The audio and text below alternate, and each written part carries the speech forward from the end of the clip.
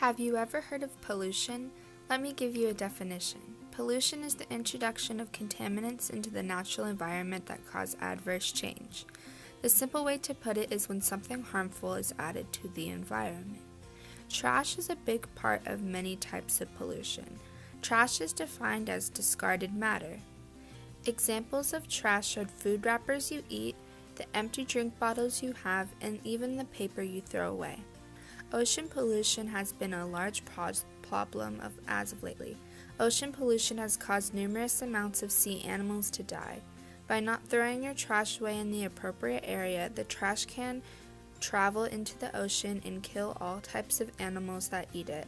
Most people don't even know where their trash ends up. Do you know? The garbage you throw away ends up in what is called a landfill. Although most people think that once your trash goes to a landfill, it wouldn't affect anything, but the problem is, trash easily blows away. This is a big problem we need to fix now. Everyone can contribute to help fix this.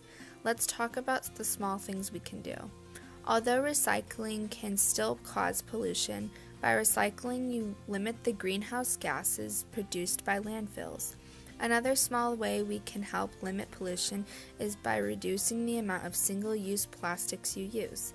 You can do this by using a reusable water bottle instead of a regular plastic water bottle. One last small way we can help with pollution is by spreading the word. By telling people about the horrible effects of pollution, people will help to fix the problem.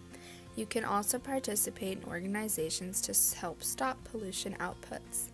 What I want you to learn from this video is to be aware. Take these tools and share them with most people you know. Thank you.